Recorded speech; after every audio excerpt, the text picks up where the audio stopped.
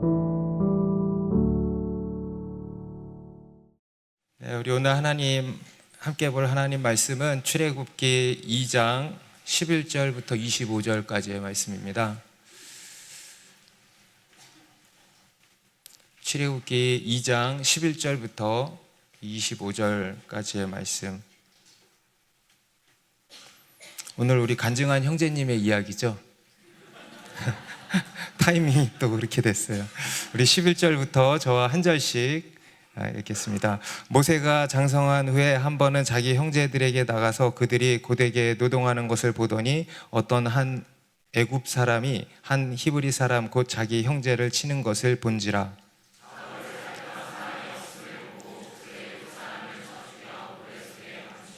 이튿날 다시 나가니 두 히브리 사람이 서로 싸우는지라. 그 잘못한 사람에게 이르되 네가 어찌하여 동포를 치느냐 하매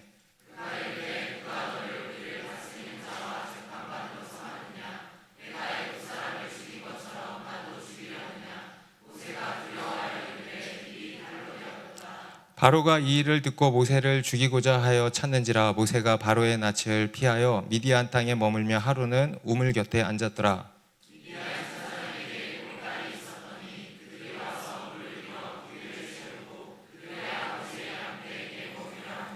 목자들이 와서 그들을 쫓는지라. 모세가 일어나 그들을 도와 그 양떼에게 먹이니라.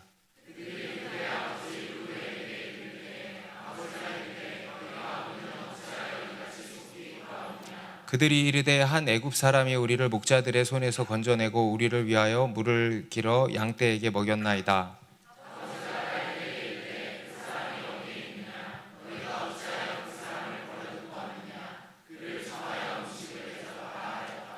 모세가 그와 동거하기를 기뻐하매 그가 그의 딸 십보라를 모세에게 주었더니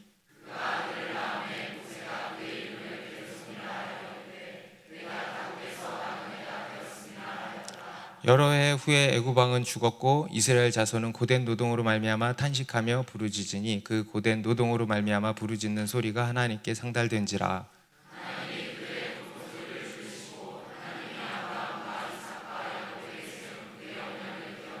같이 읽습니다. 하나님이 이스라엘 자손을 하나님이 그들을 기억하셨더라. 아멘. 네, 우리 하나님께서는 모든 역사의 주관자이시며 오늘도 여전히 당신의 일을 신실하게 이루어 가시는 하나님이십니다. 특히 우리 하나님께서 행하시는 가장 중요한 일이 무엇이라 그랬습니까? 맞습니다. 사람을 세우는 일입니다. 이 세상이 어떻건 역사가 어떻건 지금의 상황이 어떻건 간에 하나님은 이 일을 한 번도 멈추신 적이 없으시고 또 실패하신 적도 없으십니다. 성경에서 보여주는 것이 바로 그것이죠. 우리 하나님은 끊임없이 사람을 세워 가신다라는 것입니다. 우리 구약 성경에 나오는 이스라엘의 역사에서도 그랬고요. 우리 신약 시대에도 오늘날에 이르기까지 하나님은 당신의 사람들을 준비시키시고 때가 되면 역사의 무대에 올리셔서 하나님의 그 계획하신 바들을 이루어 가시는 하나님이십니다. 지금 이 순간에도 하나님은 우리 눈에 보이지 않는 곳에서 어쩌면 그것이 우리일지 모르겠습니다. 우리라고 믿습니다. 그러한 하나님의 사람들을 물밑에서 은밀하게 준비시키고 계시는 것입니다. 믿으십니까? 우리가 지금 살펴보고 있는 출애굽기도 그러한 하나님의 일하심으로 시작을 하고 있습니다. 하나님께서 당신의 약속을 따라서 이스라엘 백성들을 애굽에서 번성하게 하시고 이제는 애굽에서 이제 끌어내시기 위한 본격적인 준비를 하시는 것인데요. 그 일에 하나님이 쓰실 종을 이제 예비하고자 하셨던 것입니다. 그가 바로 이제 우리가 잘 아는 모세죠. 우리 구약 성경에 나오는 가장 중요한 인물 중에 하나입니다. 아브라함, 다윗과 함께 이 그 모세를 이제 준비하고자 하셨던 겁니다. 하나님께서는 애굽의 바로 왕의 거센 저항에도 불구하고 저항 정도가 아니고 발악을 이제 하고 있지 않습니까? 그럼에도 불구하고 당신의 놀라운 섭리로 당신의 일을 이루셨습니다. 이스라엘을 말살하려는 이 바로 왕의 집 한복판에서 이스라엘을 구원할 민족의 구원자를 준비시키고 계셨던 것입니다. 여러분, 이것이 우리 하나님이십니다. 할렐루야. 정말 놀랍지 않습니까? 이것이 우리 하나님이십니다. 그 하나님께서 오늘날 우리 가운데에도 놀랍게 일하신다는 겁니다. 그 하나님께서 오늘날 우리 나라 가운데도 그렇게 놀랍게 일하고 계시는 줄 믿습니다. 모세는 하나님의 놀라운 섭리로 나일강에서 건진받을 뿐 아니라 애굽의 왕궁에서 왕자로 자라게 되었습니다. 이 또한 우리의 모습을 보여주는 것이죠. 여러분, 우리도 나일강이라고 하는 이 죽음의 강에서 건짐을 받았습니다. 그리고 건짐을 받을 뿐 아니라 하나님 나라의 왕자로, 하나님의 자녀로 삼아주신 것입니다. 모세는 그 안에서 애굽의 고등학문을 배웠고요, 왕실의 교육을 받았을 것입니다. 그러면서 아주 훌륭한 그런 고상한 인재로 자라났을 것입니다. 그리고 그렇게 40년이라는 세월이 지난 겁니다. 오늘 본문 11절 12절 말씀 다시 같이 읽습니다. 시작. 모세가 장성한 후에 한 번은 자기 형제들에게 나가서 그들이 고되게 노동하는 것을 보더니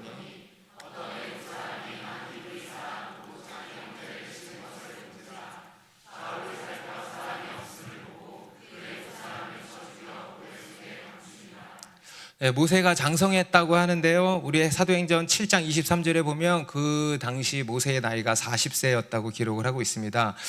그때 그 모세의 나이 40세에 그에게 이제 또 한 번의 큰 사건이 벌어지게 된 것입니다.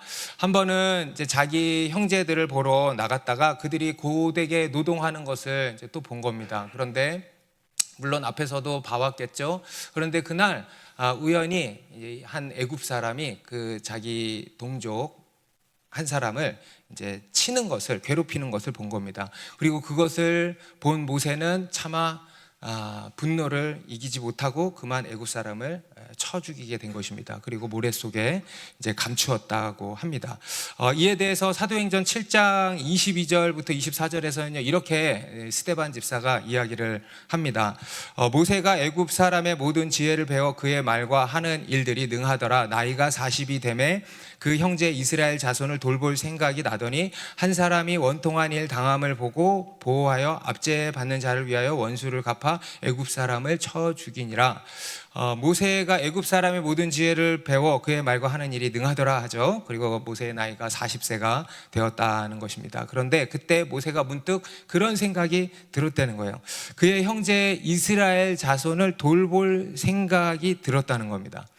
모세가 어떻게 그런 생각을 하게 되었는지, 어떤 계기가 있었던 건지, 아니면 그냥 문득 그런 생각이 들었던 건지는 우리가 알 수는 없습니다만, 우리가 한 가지 분명히 알 수 있는 것이 있죠. 바로가 그런 생각을 하게 된 근원적인 이유, 바로 그 어릴 적 그의 어머니로부터 전해받은 신앙 교육의 영향이라는 것은 우리가 분명히 알 수 있습니다.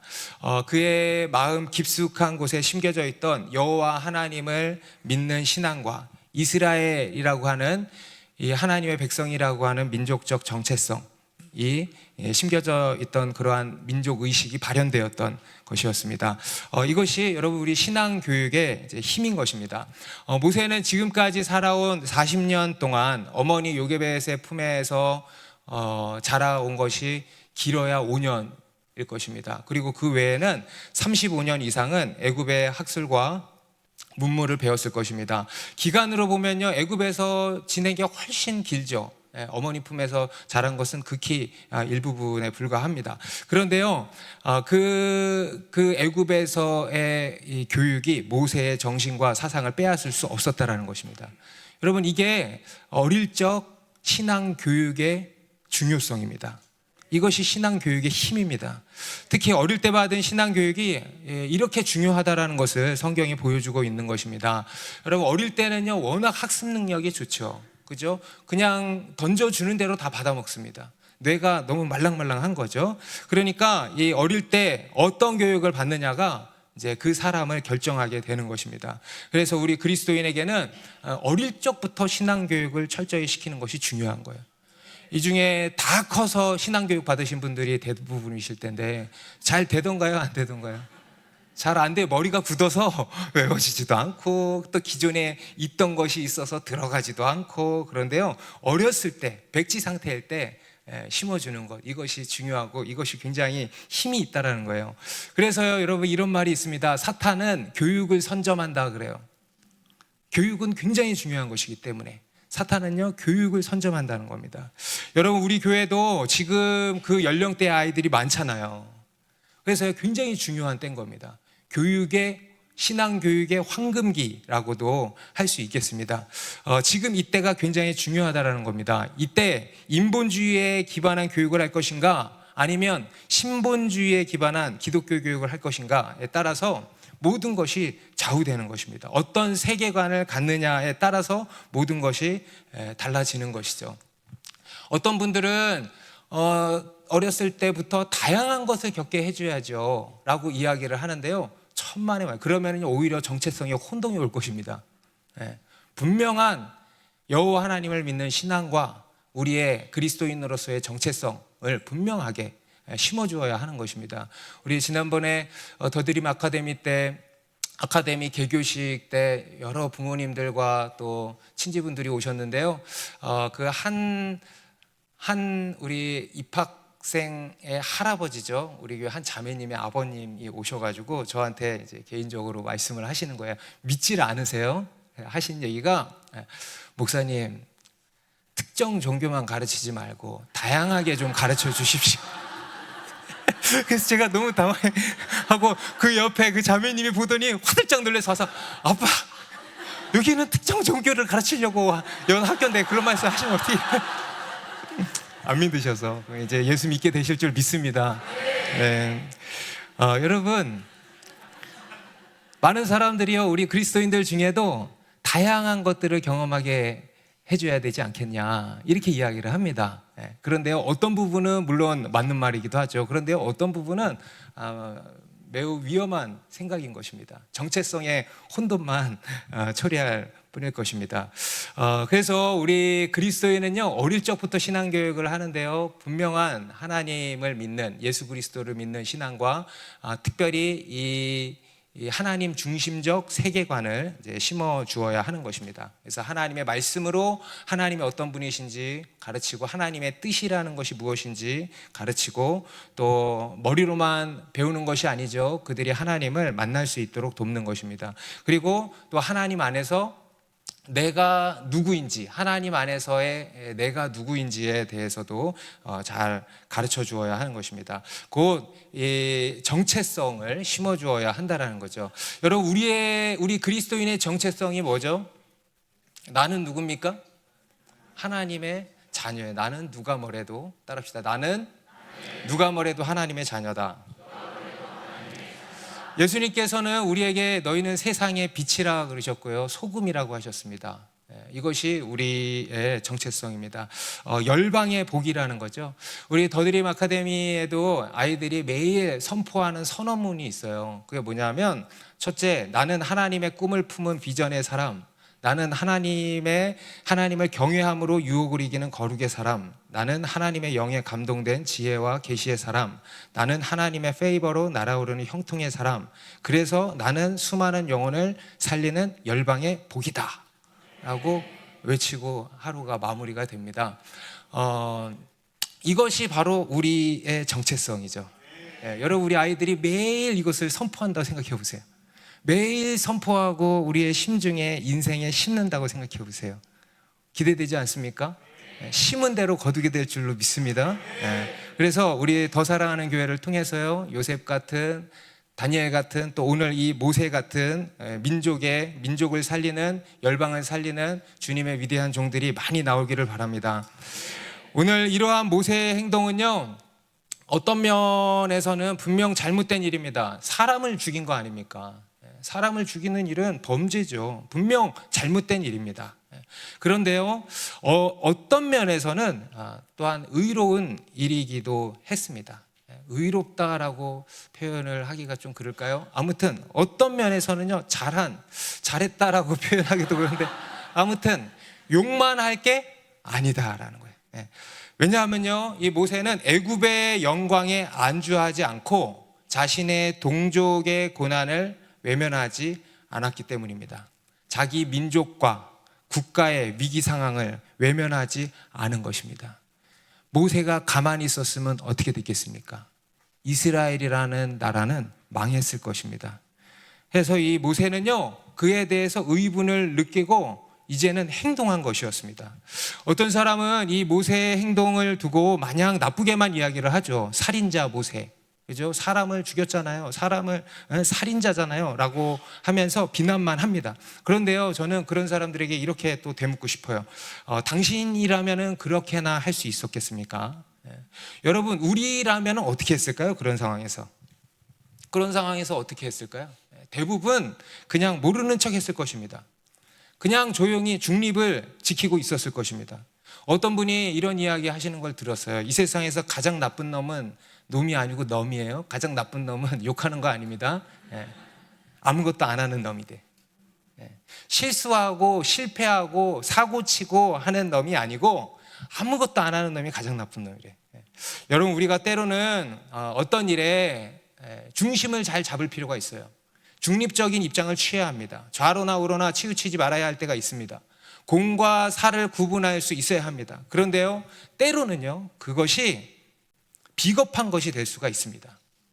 그것이 직무유기가 될 수 있다는 것을 알아야 됩니다. 중립이라고 하는 미명하에 비겁한 것이 될 수 있다는 것입니다. 둘 중에 어느 편 하나에 서야 할 때가 있다는 거예요. 우리는 그것을 주의하고 그것을 잘 분별할 수 있어야 하는 것입니다. 오늘 이 모세의 경우도 그랬습니다. 그는 이제 결단이 필요했습니다. 40세가 되었을 때 그는 이제 결단이 필요했습니다. 더 이상 보고만 있을 수 없는 것입니다. 지금 결단하지 않으면 안 되는 것입니다. 그래서 결단을 했던 것입니다. 바로 그의 동족과 함께 고난을 받을 결단을 한 것입니다. 우리 신약 성경에 보면요, 신약 성경에도 이 모세의 행동을 두고 이렇게 평가를 합니다. 히브리서 11장 24절부터 26절 말씀 같이 읽어볼까요? 시작. 믿음으로 모세는 장성하여 바로의 공주의 아들이라 칭함받기를 거절하고 도리어 하나님의 백성과 함께 고난받기를 잠시 죄악의 낙을 누리는 것보다 더 좋아하고 그리스도를 위하여 받는 수모를 애굽의 모든 보화보다 더 큰 재물로 여겼으니 이는 상주심을 바라봄이라. 이것이 모세에 대한 성경의 평가였습니다. 모세가 사람을 죽이고 한 것에 대해서는요, 아무런 이야기가 없죠. 그가 하나님의 백성과 함께 고난받기를 더 좋아했다라고만 평가를 하고 있습니다. 물론 그렇다고 해서 이 모세의 행동이 잘못이 없냐라고, 잘못이 없다라고 이야기하는 것이 절대 아니죠. 잘못이 없지 않죠. 그의 잘못은 분명한 잘못이 없어요. 논할 필요가 없을 정도로 잘못이라서 논하지 않는 것일 겁니다. 그는 큰 죄를 지은 것입니다. 그리고 그 결과로 왕궁을 나와서 미디안 광야에서 40년을 유리방황하면서 살게 된 것 아니겠습니까? 그런데 이 이야기의 포커스가 거기에 있는 것이 아니고 그가 어느 편에 섰느냐에 있다라는 겁니다. 모세는요, 하나님 편에 섰다는 거예요. 애굽의 왕자의 자리를 버리고 하나님의 백성과 함께 고난받기를 택했다라는 거예요. 그리스도를 위하여 수모를 당하는 편을 택했다라는 것입니다. 여러분, 우리의 신앙은요, 단순히 옳고 그름의 문제가 아니고요, 어느 편에 서느냐의 문제라 그랬어요. 여러분, 우리의 믿음이란 뭐냐? 바로 세계관의 문제입니다. 믿음이란 뭐냐? 하나님 중심적 세계관을 선택하는 게 믿음이에요. 반대는 뭐예요? 마귀적 세계관이겠죠. 우리는 그것을 인본주의적 세계관이라고 합니다. 그러니까 하나님 편에 설 것이냐 마귀 편에 설 것이냐 둘 중에 하나입니다. 믿음이란 하나님 편에 서는 것이 믿음이라는 거예요. 모세는 그러한 복되고 영광스러운 길을 택한 것입니다. 여러분, 우리도요, 매사에 이런 복되고 영광스러운 선택을 하게 되기를 바랍니다. 여러분, 지금 어떤 선택의 기로 앞에 서 계십니까? 그 앞에서 내가 가야 할 길은 무엇인지 분별해 보십시오. 오늘 이 모세는요, 자기가 바로의 공주의 아들이라 칭함받기를 거절하고 도리어 하나님의 백성과 함께 고난받기를 택했다 그랬어요. 그리스도를 위하여 받는 수모를 애굽의 모든 보화보다 더 큰 재물로 여겼다 그랬어요. 이러한 복된 길을 선택하게 되시기를 주님의 이름으로 축복합니다. 제가 어제 우리 교회 한 형제랑 점심을 우연히 같이 먹게 되었는데요, 이 형제가 서울대학교 누군지도 알죠? 사범대학을 나왔어요. 그래서 지금은 증권회사에서 돈 잘 벌면서 살아요. 그런데요, 그 형제가 어제 밥을 먹으면서 저한테 그러는 거예요. 자기 더드림 아카데미 하고 싶다고. 그래서 제가 두고 보겠다 그랬어요. 그랬더니 왜 갑자기 도도해지셨어요? 근데 제가 그 얘기를 나누는데 제가 설교 준비하다 왔거든요. 이 말씀이 생각이 나더라고요. 드디어 그리스도를 위하여 받는 수모를 애굽의 모든 부하보다 더 큰 재물로 여기고 선택을 했구나. 나중에 딴 얘기 할까봐 지금 미리 얘기를 하지만 또 한편으로 모세의 그러한 행동은요, 상당한 문제가 있었습니까? 없었습니까? 있었어요. 그의 생각이 아무리 옳다 하더라도 그 방법이 잘못되면 결코 옳다 할 수가 없는 것입니다. 더더군다나 폭력과 이 살인은 결코 정당화될 수가 없는 겁니다. 이것은 모세의 신앙 인격이 여전히 미숙하다라는 것을 보여줍니다. 그가 하나님께 더 많은 연단을 받아야 한다라는 것을 보여주는 것이었습니다. 그러면 오늘 이 모세의 문제는 과연 무엇이었는가? 이 모세가 더 받아야 하는 이 연단은 도대체 어떤 것이었는가? 먼저는요, 오늘 이 모세는 아주 혈기가 왕성했다는 거예요. 혹시 이 중에 40살 계세요? 40살? 혈기를 조심하시기 바랍니다. 혈기, 단순히 욱하는 성격만을 이야기하는 것이 아니고요, 이 혈기는 어디서 시작되는 것이냐면 바로 자기의에서 시작되는 거예요. 자기의. 모세가 다룬받아야 하는 문제는요, 자기의의 문제였습니다. 이게 옳아, 내 생각이 옳아 라고 하는 이 자기 확신, 내가 할 수 있어, 내가 하겠어, 내가 이제 뭔가 좀 할 수 있는 뭔가 좀 됐어 라고 하는 이런 자신감, 이런 것들로 가득 차 있었다는 것입니다. 언뜻 보면요, 자신감 있어 보이고 패기 있어 보이고 좋아 보일 수 있습니다. 하지만 그것은 오히려 하나님의 일을 그르치는 요인이 되었다는 겁니다. 오늘 이 모세처럼 사고만 치게 된다는 겁니다. 여러분, 이스라엘은 누가 돌보시는 겁니까? 여러분, 이스라엘은 누가 건져내시는 겁니까? 하나님이 하시는 거예요. 그런데 이 모세는요, 누가 한다고 생각했어요? 내가 한다고 생각했어요. 내가 나의 지위와 나의 학식과 능력과 나의 어떠함으로 그동안 배운 무언가로 할 수 있다라고 장담을 했던 것입니다. 자기 확신에 가득 차 있었다는 거예요. 자기 의에 가득 차 있었다는 거예요. 그래서 이 모세의 뿌리는요, 철저히 나에 있었다는 겁니다. 여러분, 우리는 믿음과 자기 확신에 차 있는 것을 잘 구분할 수 있어야 됩니다. 믿음과 자기 확신을 잘 구분할 수 있어야 합니다. 어떤 사람은요, 믿음이 참 좋아 보입니다. 굳건한 믿음을 가진 것 같습니다. 아주 강직한 신앙을 가진 듯 합니다. 그리고 실제 그의 삶도 그래 보입니다. 그런데 보면요, 자기 확신에 차 있는 사람들이 있어요. 어떤 사람은 영혼에 대한 사랑이 참 많아 보입니다. 영혼을 향한 긍휼과 사랑이 많아서 그들을 잘 돌보고, 그들이 어떤 억울하고 힘든 상황에 있으면 불같은 마음이 올라와서 그들을 돕는 일에 막 앞장서는 이런 사람들이 있습니다. 그런데요, 가만히 보면요, 그것의 뿌리가 뭐냐면 자기의라는 거예요. 자기 확신에 차 있는 거예요. 자기의에 빠져 있는 거예요. 그러다가 이 모세처럼 대형 사고를 치는 경우가 많이 있다는 겁니다.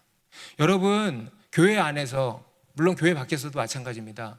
어떤 사람이 사고 치는지 아십니까? 미숙한 사람이 사고 치는 거 아닙니다. 자기 확신이 강한 사람이 사고 치는 거예요. 자기 의가 강한 사람이 사고 치는 거예요. 교회 안에서도요, 그런 사람이 공동체를 힘들게 만드는 것입니다. 여러분, 우리의 문제는 악의 문제가 아닙니다. 나쁜 것의 문제가 아닙니다. 불의함의 문제가 아닙니다. 우리의 문제는요, 자기의가 문제입니다. 내 인간적인 생각, 내 생각, 인간적인 방법, 인간적인 것이 문제입니다. 여러분, 예수님께서 베드로에게 네가 하나님의 일을 생각지 아니하고 사람의 일을 생각하는도다 꾸짖으셨죠. 사탄의 일을 생각하는도다 꾸짖지 않으시고요, 사람의 일을 생각하는도다 꾸짖으셨습니다. 그 사람의 일을 생각하는 것이 문제라는 거예요. 하나님이 아닌 나를 의지하는 것, 내가 주인 되어 있고 내가 왕 되어 있는 것, 그것이 성경이 말씀하는 죄이고 악인 것입니다. 우리의 문제는요, 이 자기 의의 문제라는 거예요. 우리 13절 14절에도 보면 모세가 이번에는 자기 동족끼리 다투는 걸 본 거예요. 그리고 딱 보니까 제가 잘못했어. 그래서 그 잘못한 사람에게 뭐라 한 거예요. 네가 왜 치냐. 여러분, 이것도 무엇입니까? 자기가 재판장이 되어 있는 거예요. 그러니까 그 사람이 대번에 그러죠. 14절에 그가 이르되 누가 너를 우리를 다스리는 자와 재판관으로 삼았느냐, 네가 애굽 사람을 죽인 것처럼 나도 죽이려느냐. 모세가 두려워하여 이르되 일이 탈로 되었도다. 그러니까 모세는 그들을 분명 도와주려고 했습니다. 이스라엘 백성들을 선도하려고 했습니다. 구원하려고 했습니다. 그런데요, 그 뿌리가 잘못됐다는 거예요. 그 뿌리가 자기가 되어 있었던 거예요. 자기 의로 똘똘 뭉쳐 있었다라는 것입니다. 그러니까 그들도 누가 너를 우리를 다스리는 자와 재판관으로 삼았냐 그러죠. 모세는요, 자신이 애굽의 왕자라고 해서 자기가 왕이라고 생각을 했던 것입니다. 자기 마음 깊은 곳에는요, 그러한 잘못된 정체성이 심겨져 있었던 거예요. 이것이 바로 우리의 문제입니다. 자기 의의 문제. 여러분, 우리가 하나님의 일을 함에 있어서 또 하나님께 쓰임 받는 데 있어서 방해가 되는 것이 뭐냐면요, 우리의 연약함? 전혀 아니에요. 하나님은 오히려 우리의 연약함을 사용하십니다. 우리의 어떤 부족함, 우리의 어떤 실수 아니에요. 바로 자기 의예요. 자기 의예요. 자기 의로 가득 차 있으면 절대 쓰임 받을 수 없을 뿐더러 쓰임 받아도 사고만 친다라는 것입니다. 이 모세의 문제도 거기에 있었던 것입니다. 하나님께서 이제부터 모세를 다루시려는 것도 바로 그것입니다. 모세의 자기 의를 이제 내려놓도록 하시는 거예요. 쉽게 말해서요, 그의 힘을 빼시는 작업을 이제 시작하신다는 겁니다. 다시 말해서요, 하나님이, 따라해보세요. 하나님께서 쓰시기에 편한 그릇으로, 여러분, 하나님께 쓰시기에 편한 그릇들이 되시기를 바랍니다. 하나님이 쓰시기에 편한 그릇으로 빚고자 하시는 겁니다. 예전에도 제가 김치에 대한 비유를 든 적이 있는데요, 여러분, 배추가 김치가 되려면 빳빳한 배추에다가 고춧가루 뿌리고 양념치고 하면 김치가 됩니까? 안 되죠. 어떻게 해야 되죠? 소금물에 절여야 돼. 그래서 배추가 어떻게 돼야 돼? 나달나달해져야 돼. 부드러워져야 돼. 유연해져야 돼요. 그래야 김치가 돼요. 하나님이 쓰시기에 편안한 그릇이 된다는 게 바로 이겁니다. 그래서 하나님께서 이제 모세를 연단하시는데 이것을 연단하고자 하시는 겁니다. 그의 그 빳빳함, 자기 의로 뭉쳐있는 것들을 다 빼내고자 하시는 거예요. 하나님이 쓰시기에 편한 그릇으로 이제 만들고자 하신다라는 것입니다. 그리고 그것을 위해서 이제 준비하신 것이 뭐냐? 바로 광야예요. 광야. 미디안 광야. 우리 15절의 말씀 같이 읽습니다. 시작. 바로가 이 일을 듣고 모세를 죽이고자 하여 찾는지라. 모세가 바로의 낯을 피하여 미디안 땅에 머물며 하루는 우물 곁에 앉았더라. 하나님께서는 그러한 모세를 훈련시키시기 위해서 두 번째 훈련소를 이제 준비하셨습니다. 바로 미디안 광야였습니다. 그는 애굽의 왕궁에서 40년을 지내고 이제는 미디안 광야로 이제 옮겨져서 40년의 시간을 또다시 지내게 된 것입니다. 그 인생의 제2막이 시작된 것이라고 할 수 있겠죠. 그곳에서 모세는 자기 의를 이제 다루심 받게 되었습니다. 그리고 앞으로 그가 이스라엘 백성들을 출애굽해서 나와서 생활할 곳도 거기잖아요. 그죠? 신의 광야를 미리 하나님께서 또 경험하게 하셨던 것입니다. 앞에서 요셉도 보디발의 집에 노예로 팔려가고 또 감옥에 끌려가가지고 거기서 왕을 이렇게 보좌하던 사람들을 만나고 지내면서 이제 나중에 총리로서의 직무를 수행할 능력을 갖추게 된 것처럼 오늘 이 모세도 이 미디안 광야에서 이러한 두 번째 훈련이 이제 시작이 되었던 것입니다. 여러분, 우리에게 광야는요 달갑지 않지만 우리는 그 광야에서 하나님을 만나게 됩니다. 그 하나님을 경험하게 되고 또 하나님의 종으로 또 준비되는 것입니다. 그리고 하나님께서는 그 광야에서 우리를 그냥 두기만 하시는 것이 아니고요, 그와 함께할 이제 새로운 가족을 또한 준비해 두셨습니다. 모세는 그 우물 곁에서 한 미디안 제사장 이드로라고 우리는 알고 있죠. 여기 오늘 본문에서는 루엘이라고 나오는데요. 이 이드로의 7 딸들을 만나게 됩니다. 그리고 그들이 이제 양떼를 데리고 우물가에서 물을 먹이려고 하는데 다른 목자들이 그들을 내쫓아서 이제 먹이지를 못하고 있는 것을 모세가 가서 그들을 이제 도와주게 된 것이죠. 그리고 그들의 집에 초대를 받아서 이제 그들의 집에 가서 거기서 지내게 되었던 겁니다. 21절 22절 말씀, 모세가 그와 동거하기를 기뻐하며 그가 그의 딸 시보라를 모세에게 주었더니 그가 아들을 낳음에 모세가 그의 이름을 게르솜이라 하여 이르되 내가 타국에서 나그네가 되었음이라 하였더라. 하나님께서는 모세를 미디안 광야로 끌어내셨습니다. 그런데 그곳에서도 하나님은 모든 것을 예비해 놓고 계셨다라는 것입니다. 여러분, 광야라고 해서 너무 두려워하지 마십시오. 고난이라고 해서 너무 두려워하지 마십시오. 하나님께서는요 그곳에서도 모든 것을 예비하시고 우리를 기다리고 계십니다. 오히려 광야에서 하나님의 특별한 페이버를 더 경험하게 될 때가 많다는 것을 기억하시기 바랍니다. 실제로 우리가 어떤 뜻하지 않은 고난을 당할 때도 우리가 늘 경험하고 고백하는 바가 그거 아닙니까? 하나님께서 섬세하게 예비해 놓으셨다라는 것을 우리가 경험하게 되는 거예요. 생각지 못한 큰 고난을 당했는데 그것을 통과할 수 있는 모든 것들을 준비해 놓으셨다라는 것을 우리가 경험을 하게 되는 겁니다. 피할 길을 예비해 놓으시고 또 만나를 예비해 놓으시고 그 외의 모든 것들을 섬세하게 예비해 놓으셨다라는 것입니다. 그래서 이 광야를 아주 잘 통과하게 하신다라는 거죠. 그런데 이제 그 중에서 하나님이 우리를 위해 예비해 놓으시는 것이 뭐냐? 바로 사람들이라는 것입니다.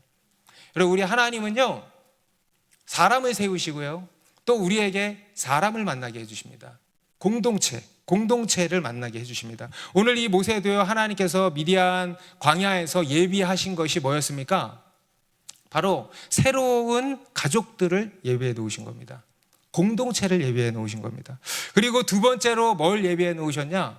바로 돕는 배필, 배우자를 예비해 놓으셨던 것입니다. 우리 창세기 2장 18절에 보면 여호와 하나님이 이르시되 사람이 혼자 사는 것이 좋지 아니하니 내가 그를 위하여 돕는 배필을 지으리라 하시니라. 아멘. 그런데 이 모세에게도 그렇게 하신 것입니다. 그래서 이렇게 해서 미디안 광야에서 모세를 맞이할 준비를 해 놓으셨다라는 겁니다. 그리고 거기서 이제 이 40년의 시간을 이제 지내게 하신 겁니다. 그러면서 이 모세의 모든 자기 힘을 그냥 다 빼내신 거예요. 그리고 나서 그의 나이 몇 세에? 80세에 다시 호렙산에서 떨기나무에 타지 않는 불로 나타나셔서 그에게 뭐라고 하셨어요? 모세야 모세야 네 발에 신을 벗으라. 네 발에 신을 벗으라. 여러분, 이게 무슨 말입니까? 신을 벗으라는 건 무슨 말입니까? 여러분, 종이 된다라는 거예요. 종. 여러분, 종에게는 주권이 없습니다. 그죠? 종에게는 생각이 없습니다. 권리가 없습니다. 주권이 없습니다. 신을 벗는다. 바로 네 의를 내려놓으라는 거예요. 그래서 이것이 바로 이 미디안 광야 40년 세월 동안에 하나님이 하신 일을 이렇게 보여주시는 거예요. 네 발에 신을 벗으라. 모세의 발에 신을 벗는 작업을 하셨다라는 것입니다. 여러분, 우리가 하나님께 쓰임받는 종이 되려면 훈련받아야 됩니다. 어떤 훈련을 받아야 되냐? 바로 이거예요. 우리 발에 신을 벗어야 됩니다. 자기 의를 내려놓고 자기 힘을 내려놓고 하나님이 쓰시기에 편한 그릇이 되어야 한다는 겁니다. 소금에 절여져서 너덜너덜해져야 김치가 된다는 거예요. 여러분, 하나님께서 쓰시기에 편한 그릇들이 되시길 다시 한번 주님의 이름으로 축원드립니다. 우리가 신앙생활을 하다 보면요 그런 고백을 하게 될 때가 참 많습니다. 내가 무언가 할 수 있을 때는 안 시켜줘. 내가 이제는 때가 됐다 할 때 꼭 안 시켜주더라고. 내가 목자도 말이지 안 시켜주니까 삐질 정도로 할 수 있고 막 지금은 해야 될 때인 것 같고 막 한데, 그럴 때는 목사님이 거들떠보지도 않더라고. 그런데 언제 시켜요? 난 못해요. 내가 할 수 있을까요? 전에는 할 수 있다고 자신이 했었는데 지금은 도저히 못하겠는데요. 딴 데 가서 알아보시면 안 될까요? 어제도 제자훈련이 새로 시작이 되었는데요. 처음에 이제 자기 소개하는 시간을 가졌는데 여러분들이 이런 고백을 하더라고요. 예전에는 제자훈련 할 때라고 자기가 생각을 하고 지원을 했대요. 자기가 잘할 수 있을 거라고 생각했대요. 그런데 안 시켜주더라는 거예요, 교회에서. 그런데 지금은 정말 별로 하고 싶지도 않고 잘할 자신도 없고 내가 정말 잘할 수 있을까라는 생각이 드는데 그때 또 시켜주더래. 그런 고백들을 하더라고요. 오늘 우리 간증한 형제님도 그런 거 아닙니까? 하나님이 다음 세대에 대한 비전을 주셨어요. 제가 그것을 가까이서 본 사람으로서 정말 하나님이 분명히 이렇게 비전을 주시고 인도를 해주시는 것을 저도 보았습니다. 그리고 하나님의 은혜로 정말 사회에 또 순적하게 첫 발을 내딛었습니다. 그런데 문제가 뭐냐면 이제 내가 무언가 해보리라는 강한 의지, 자기 의죠. 애들은 이렇게 키워야 돼 라고 하는 이 확신. 그러다가 주님이 그를 키우신 거예요. 그러다가 대형 사고를 친 거예요. 그래서 지금은 이제 미디안 광야에 들어가 있죠. 그런데요, 그것도 보면은요, 오늘 이 모세처럼 배우자 예비하시고 다른 직장도 예비하시고 다 예비해 놓으셨더라고. 주님이 부르신 거야. 그리고 거기서 이제 자기의, 자기 확신, 교만, 이 교만이거든요. 그것을 쫙쫙 다루시는 거예요. 그리고 나중에는 언제 부르실까? 80세에 너덜너덜해졌을 때 제가요, 전 못해요. 제 인생 끝났는데요. 딴 데 가서 알아보세요. 할 때 불러내시는 거예요. 여러분, 혹시 지금 내가 미디안 광야에 있다라는 생각이 드시는 분 계십니까? 거기서 여러분들이 준비되실 겁니다. 거기서 여러분들이 지금 준비되고 계시는 겁니다. 여러분, 지금 어떤 새로운 일을 앞두고 계십니까? 어떤 새로운 일을 시작하셨습니까? 그 앞에서 주님이 우리에게 말씀하시는 겁니다. 네 발에 신을 벗으라. 네 힘을 내려놓으라. 네 의를 내려놓으라. 내가 하리라. 내가 잘해야지. 내가 할 수 있어 라고 하는 이런 의지, 이러한 자신감을 내려놓으라 말씀하시는 거예요. 여러분, 그 일 앞에서 여러분의 발에 신을 벗으십시오. 힘을 내려놓으십시오. 그리고 범사에 하나님만을 인정하십시오. 하나님, 나는 죄인입니다. 나는 무익한 종일 뿐입니다. 나는 자격 미달입니다. 나는 하나님이 아니면 아무것도 할 수 없는 존재입니다. 하나님만을 의지합니다 하면서 겸손히 엎드려 하나님만 의지하시기 바랍니다. 그래서 우리에게 정말 중요한 것이 뭐냐, 그래서 오늘의 결론도 뭐냐, 바로 기도라는 거예요. 기도. 여러분, 하나님께서 우리에게 주신 방법은 오직 기도입니다. 하나님이 우리에게 주신 방법, 다른 방법이 뭐가 있습니까? 오직 기도예요. 기도는요, 우리가 생각하면 생각할수록 너무나도 하나님이 우리에게 주신 가장 좋은 방법이고 가장 선한 방법입니다. 기도는 단순히 다른 종교에서 말하는 것처럼, 보통 사람들이 생각하는 것처럼 단순히 우리의 소원 성취를 위한 도구가 아닙니다. 우리에게 기도는요, 하나님이 우리에게 주신 우리 그리스도인의 라이프 스타일입니다. 우리 그리스도인의 호흡과도 같은 것입니다.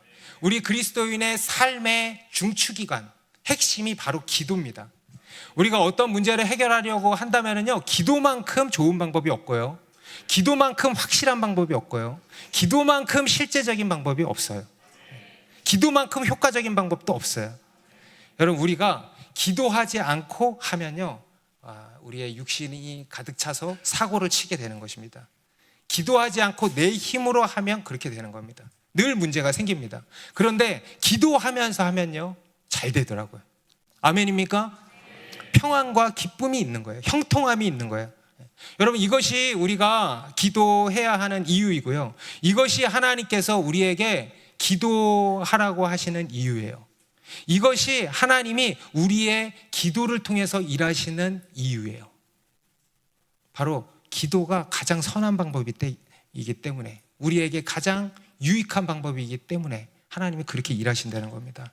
오늘 본문 마지막 우리 23절부터 25절에도 보면요, 여러 해 후에 애굽 왕은 죽었고 이스라엘 자손은 고된 노동으로 말미암아 탄식하며 부르짖으니 그 고된 노동으로 말미암아 부르짖는 소리가 하나님께 상달된지라. 하나님이 그들의 고통 소리를 들으시고 하나님이 아브라함과 이삭과 야곱에게 세운 그의 언약을 기억하사 하나님이 이스라엘 자손을 돌보셨고 하나님이 그들을 기억하셨더라.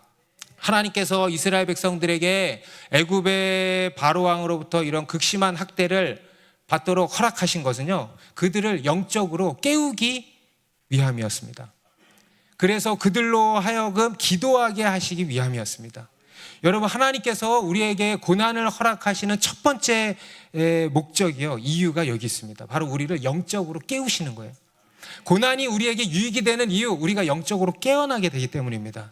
그리고 우리로 하여금 하나님께 나아가서 기도하게 하시는 거예요. 그리고 그 기도를 하나님이 어떻게 하신다? 부르짖는 소리가 하나님께 상달된지라. 하나님이 그들의 고통 소리를 들으시고 이스라엘 자손을 돌보셨고 그들을 기억하셨더라. 우리의 기도를 들으시고 우리를 향한 하나님의 계획을 기억하셨다라는 거예요. 그게 우리 하나님이시라는 겁니다. 응답하시는 하나님. 이스라엘을 돌보시는 분은 모세가 아니고 하나님이시라는 거예요. 하나님께서 우리의 기도를 들으시고 응답하신다라는 것입니다. 여러분, 그 하나님께서 오늘날 우리 나라도 그렇게 깨우고 계시는 줄 믿습니다. 그래서 온 교회가 지금 어떻게 해요? 나와서 기도하는 거예요. 하나님이 하시는 일이 이거예요. 세상의 일과 하나님이 하시는 일의 차이가 이거예요. 하나님은 이렇게 일하신다는 거예요. 우리로 하여금 기도하게 하시고 그 기도를 듣고 일하신다는 거예요. 그것이 가장 선한 하나님의 방법이라는 것입니다. 여러분, 그 무엇보다 기도하셔야 합니다. 무엇을 하든지 여러분이 지금 하고 계시는 어떤 새로 시작하는 어떤 일에 있어서 무엇보다 기도하셔야 합니다. 기도로 하셔야 합니다. 기도하지 않고 하면은요, 내 의로 가득 차서 내 힘으로 하게 되고 그러다 보면 사고치게 된다는 거예요. 그러지 않으려면요, 우리가 무엇보다 기도해야 합니다. 기도로. 그래서 내 인생의 주어가, 내가 하는 이 일의 주어가 하나님이 되시도록 해야 하는 것입니다. 여러분, 우리가 어느 편에 설 것인가 매우 중요한 문제입니다. 그런데요, 그와 함께 또 한 가지 중요한 것이 있습니다. 그것을 어떻게 할 것이냐예요. 어느 편에 설 것이냐 굉장히 중요하고요, 그와 함께 또 한 가지 중요한 것, 그것을 어떻게 할 것이냐, 어떻게 하나님 편에 설 것이냐. 오늘 이 모세처럼 내 의로, 내 힘으로, 내 혈기로 해서는 안 된다는 거예요. 그렇게는 절대로 하나님 편에 설 수 있다 없다? 없다는 거예요. 하나님 편에 서는 것 같지만 그것은 하나님의 편이 아니더라는 거예요. 모세도 애굽 사람과 히브리 사람 중에서 히브리 사람 편에 서기로 결단을 했습니다. 그런데 문제는 뭐냐? 자기 힘으로, 자기 의로, 인간적인 방법으로, 곧 애굽의 방법으로 했다는 거예요. 요즘 세상 사람들이요, 구구 기독교라는 말을 많이 하죠. 물론 세상 사람들이 사용하는 구구라는 단어는 대부분 정치 프레임으로 사용되고 있습니다. 그런데 여러분, 진짜 구구 기독교가 뭔지 아십니까? 진짜 구구 기독교? 바로 이겁니다. 하나님을 의지하는 것이 아닌 내 의, 내 힘, 곧 폭력, 무력으로 하려는 것이 저는 구구라고 생각합니다. 하나님의 일을 인간의 생각과 인간의 힘으로 이루려고 하는 것, 하나님 편에 서는 일을 내 의로, 내 힘으로 하려는 것, 이게 저는 구구라고 생각합니다. 단순히 공산주의의 세력과 싸우는 것이 구구가 아니고요, 여러분, 우리는 공산주의의 세력과 치열한 영적인 전쟁을 해야 합니다. 그런데 어떻게 해야 하는가? 철저히 하나님만을 의지하여서 해야 돼요. 성령의 능력을 의지하여서 하는 거예요. 말씀과 기도로 하는 거예요. 여러분, 지금 우리가 싸우는 것은요, 정치운동 하는 사람과 근본적으로 다른 것입니다. 어떤 부분 뒤섞여 있지만 그에 대해서요, 분명히 구별되어야 합니다. 여러분, 우리는 구구가 되어서는 안 되는 거예요. 내 힘을 내려놓고요, 철저히 하나님만을 의지함으로 하나님 편에 서는 것입니다. 그리고 그것을 위해서 우리가 무엇보다 해야 할 일은 뭐라고요? 기도를 하는 거예요. 기도. 여러분, 기도는 가장 위대한 일입니다. 여러분, 지금 우리나라는요, 영적으로 매우 중요한 시간대를 지나가고 있습니다. 영적인 골든타임 중에 골든타임이라고 할 수 있습니다. 어떤 분이 그런 이야기를 하더라고요. 6.25 전쟁 이후에 대한민국은 6.25 전쟁 이후에 가장 중요한 순간에 놓여 있다. 정말 동감합니다.